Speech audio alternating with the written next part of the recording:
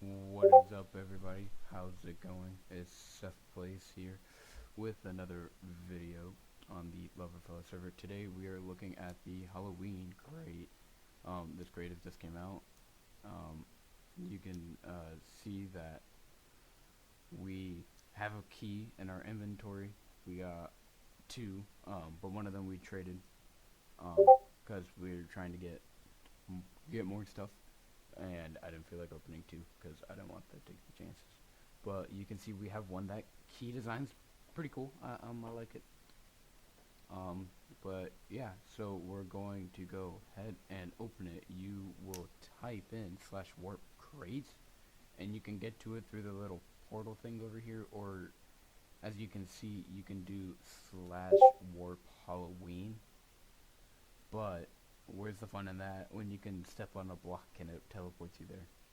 Okay, so we get teleported out here, and you see from the start there's lots of dark. There's lots of it's like a castle design, maybe like a dungeon. There's lots of soul sand. You can see these soul sand like everywhere. You see that skull, they're everywhere. The gravestones, and these really cool candles. They're really cool. I like them. There's wheat and pumpkins, and they're just everywhere. It's pretty cool. You can also see as we come up, there's this orange tree on this island. It's pretty cool. I like the tree. It has an interesting design element to it. You'll also see on the grass blocks there are leaves, which is a fall design thing that they added to the server, which is pretty cool.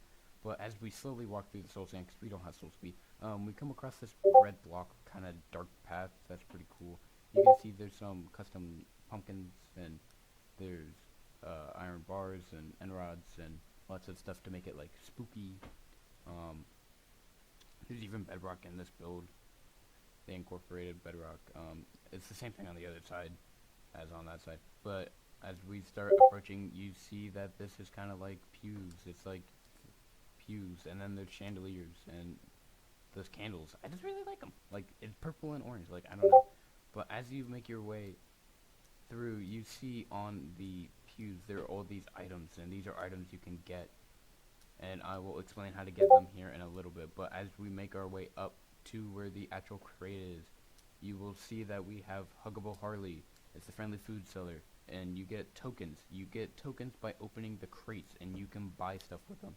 And you can see that you could buy foods there, and each have benefits. You can see the same thing with the one that we just went to, and Generous Jared the merchant. There's a bunch of type of items. You can see the Windowsill candles right there, my favorite. But if we make our way back, we see some light coming out, and we see that there's this kind of back room. And as we make our way down, it's a lot of the like dungeony, like basement kind of vibes, and it's still really dark, and it has some nice polished blocks. And you come down, and you see like the broomstick on display, the candle sword, like all the items are on display down here.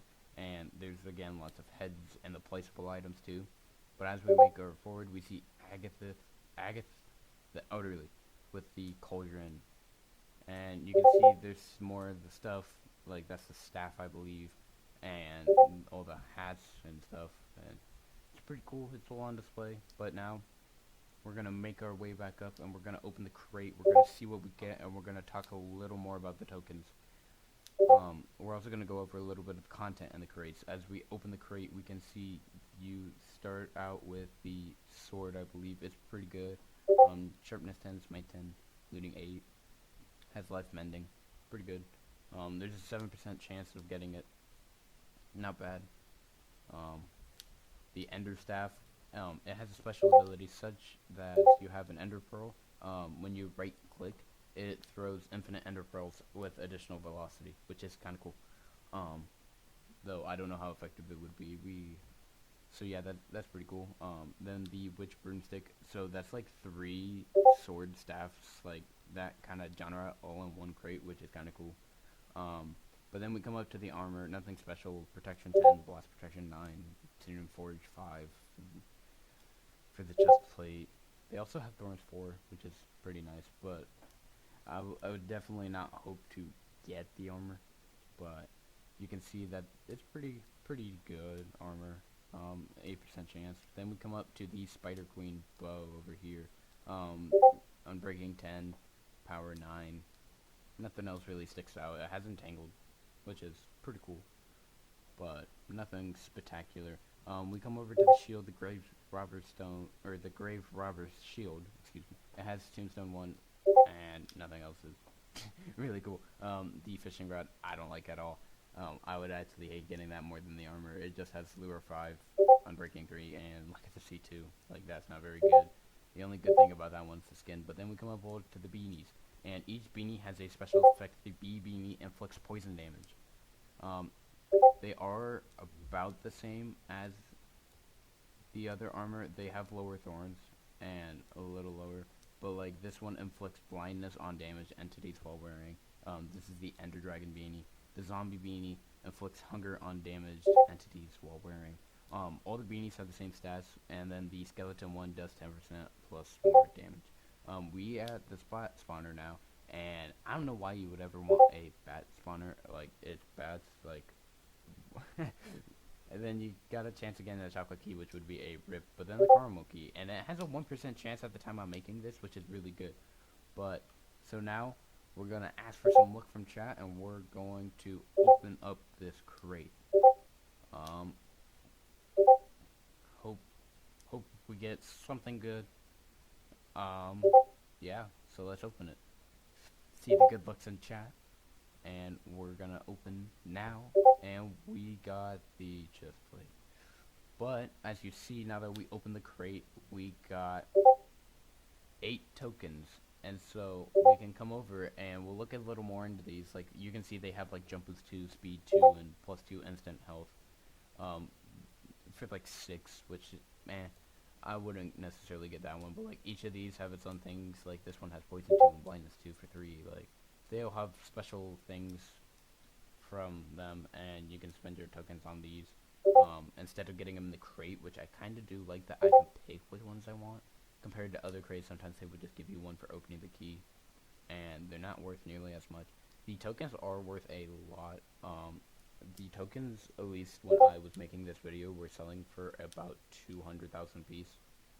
So that 8 would sell for like 1.6 million, roughly. But now if we go over here to the drink, you can see, again, special benefits, and they also just cost tokens. Some of them are very expensive, and some of them are pretty cheap. The drinks are more expensive. Most of the food is kind of cheap. And then we come up to the merchant, and you can see the Windowsill candles. I think we're gonna buy one. Yeah, we're gonna buy one.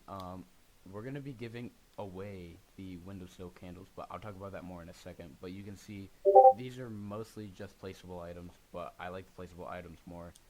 We're gonna look to see if any of them cost 2. I don't think so, but I want to see if we can get anything else. We cannot, so we'll end up giving away the Windowsill candles because nothing costs 2. So we're going to see if we can buy any more. See if we can buy any of them real quick. The chocolate key for 20 mil. We're gonna see if we can buy any more of the tokens real quick on AH. See how much they would cost if we were able to. You can see the keys are kind of expensive. The keys are selling between like 16 and like 20 mil at the time I